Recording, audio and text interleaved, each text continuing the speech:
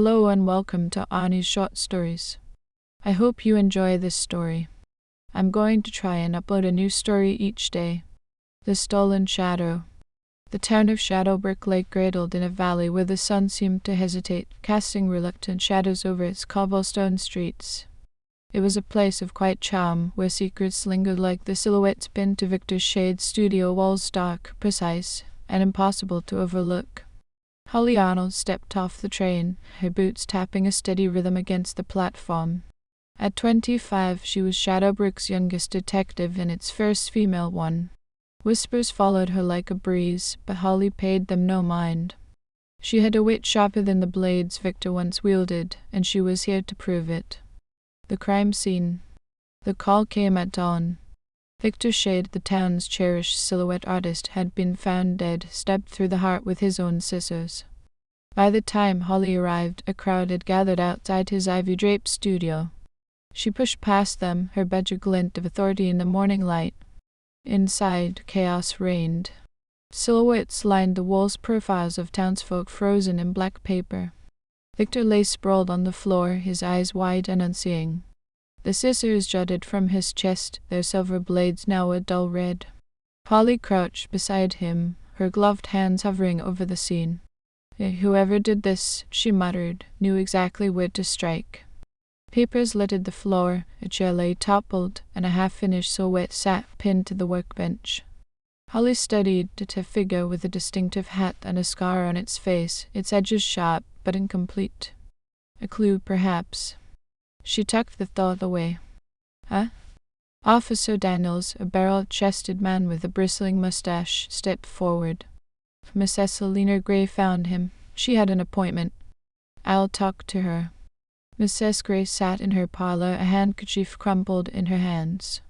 Her eyes were red, her voice a tremble. Victor was so kind. Who would do this? I'm sorry for your loss, Holly said.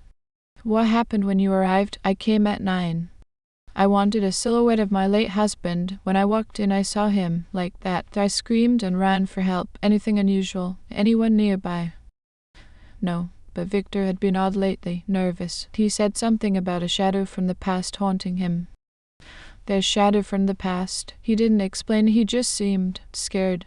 Back at the studio, Holly combed through Victor's things. In a locked desk drawer key retrieved from his pocket, she found a stack of letters.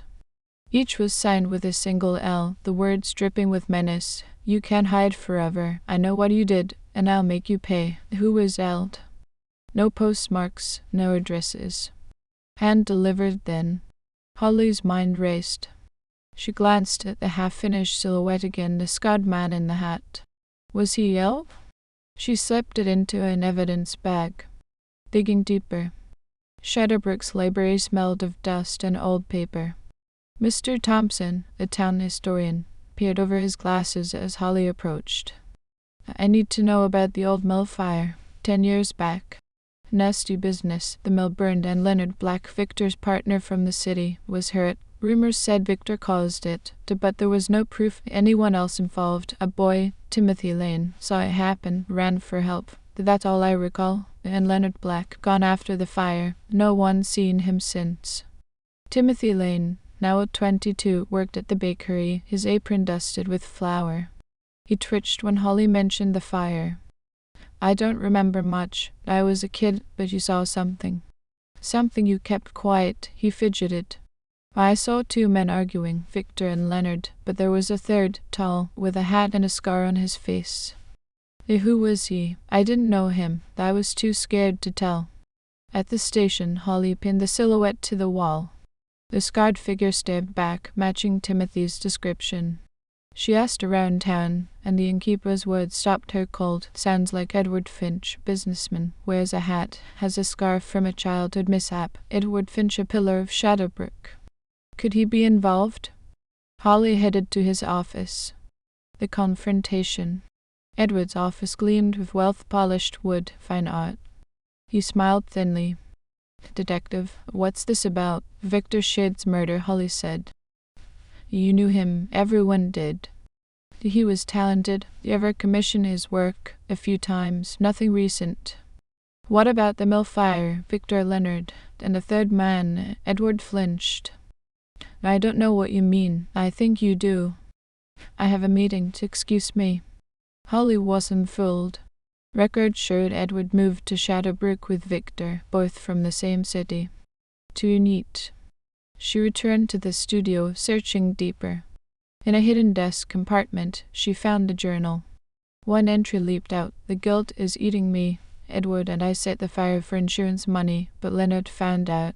It got out of hand. He was hurt. Edward won't let me confess. He's watching me. Another entry followed. The letters from Elle. I think Edward's sending them, using Leonard's name to scare me. Holly's breath caught.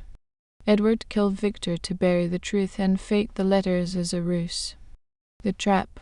Holly spread word that she'd found Victor's journal, hinting at its secrets.